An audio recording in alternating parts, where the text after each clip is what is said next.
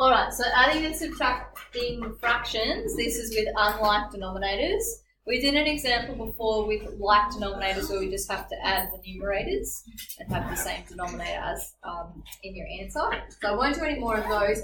These are for situations where the denominators are not the same, so you can't add or subtract them until you make them the same. Okay?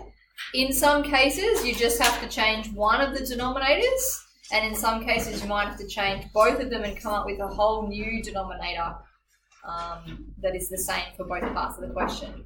Okay, so for here, before I go on, something that I'm going to talk about is the LCM number. Alright, not LCM bars, I know. They're really delicious, but unfortunately that's not what I'm talking about today. Okay, LCM. Does anyone know what that might mean?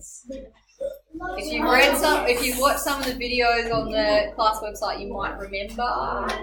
Nick, your hand's up first. Lowest common multiple. Excellent. Okay, so can you just write this somewhere to the side of your page? LCM, and it stands for lowest common multiple. Alright, so when we talk about multiples, we are talking about those numbers that is the result of multiplying two numbers together. Okay? So when I talk about the multiples of 4, 4 times 1 is 4. 4 times 2, 8. 4 times 3, 12. Okay. Are you okay, Jen? Do you want to go and say hello? Okay, so the results of those multiplications is are what we call the multiples. Rightio?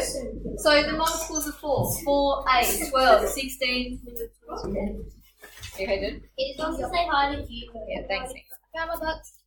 Alrighty. And then the multiples are 12, 12. What'll be the next one? 24, 36, 48, etc. Long circular Right. So, when I look at these two denominators, am I going to have to change one or both? One. Who says one? Wait, what? Okay, I'll ask a question again. When I look at these two denominators and I think I have to change either one of them to match the other, or I have to change both? One. Excellent. Which one am I going to have to change? 7 and 12. Nope.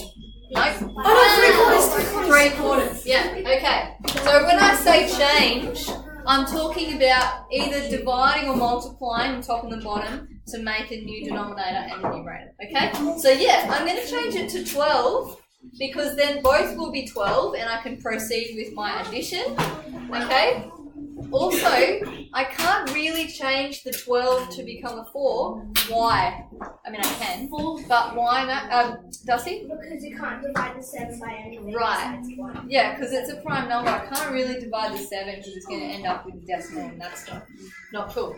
Question? Yep. Well, you can multiply the 4 by 3. Yeah, that's what we're going to do. Cool. So we're going to multiply the 4 by 3, okay, to get my denominator of 12. And whatever I do to the bottom, I'm going to do to the top. Cool. To the top. Okay, cool. So now I've got 9 over plus 7 over 12. Right, writing it down. And so that becomes 16 over 12. great. Now, final part to the question. Okay, you need to simplify your answer. Yeah. So you're asking yourself, this is an improper fraction. Okay. Now, when I say simplifying fractions, we mean break it down to its lowest form.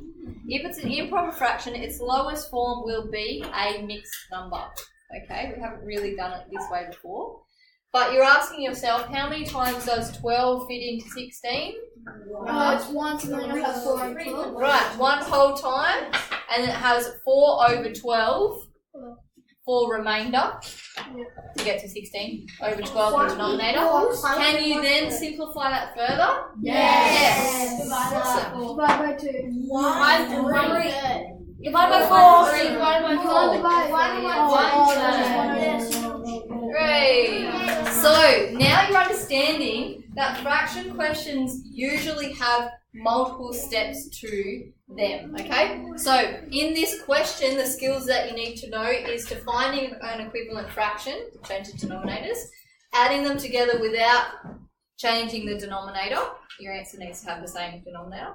Simplifying fraction from a improper fraction to a mixed number, and then simplifying the part of the mixed number down to its lowest form, okay? So that's actually 3 different lessons that we've had in the one question, and that's often what you have with fractions.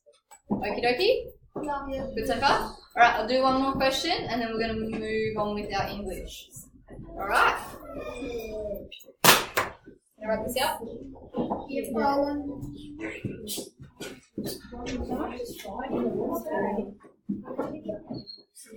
Got it right? Yeah.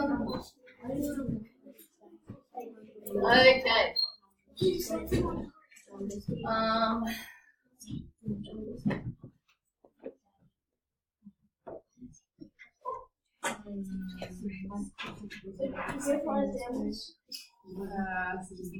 Sorry.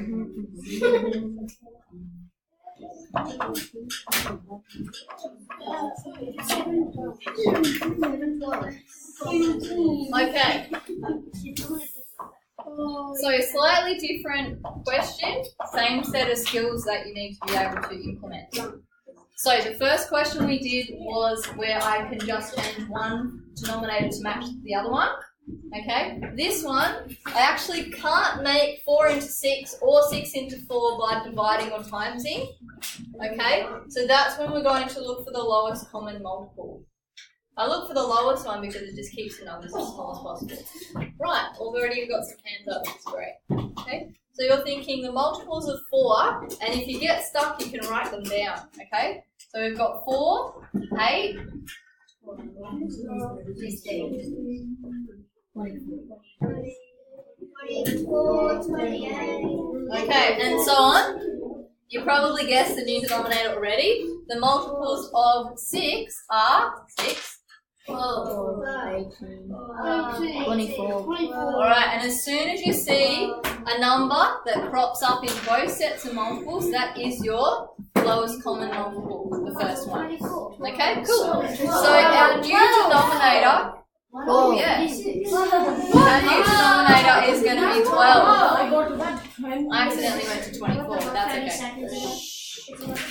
Incidentally, if you don't see the 12 for whatever reason, and you do use 24 as your new denominator, when you simplify it, you should still get the right answer. So don't panic if you get the wrong multiple. Should be fine.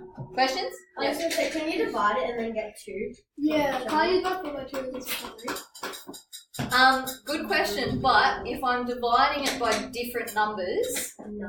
top and bottom, can I divide the one by 3? Oh. No. So that's the catch, no. Yeah. So you were going to make the new denominator of 2. Good idea, but it's very difficult to do with the 1. It's prime number. 3. Okay, but good thinking.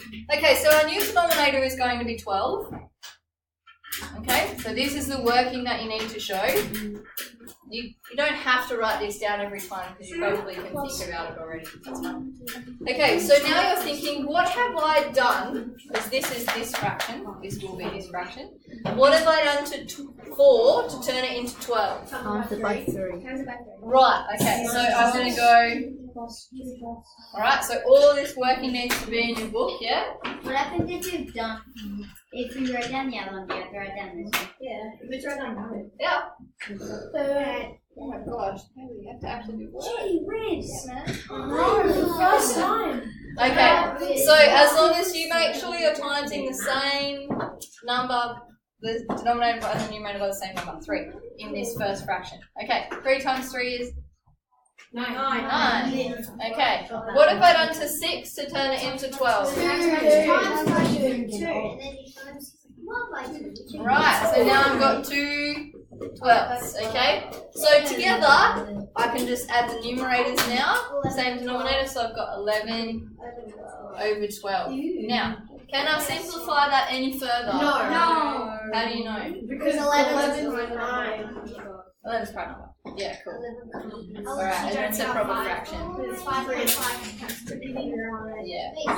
Got the idea? Okay, cool. Let's move on with our English. Good job.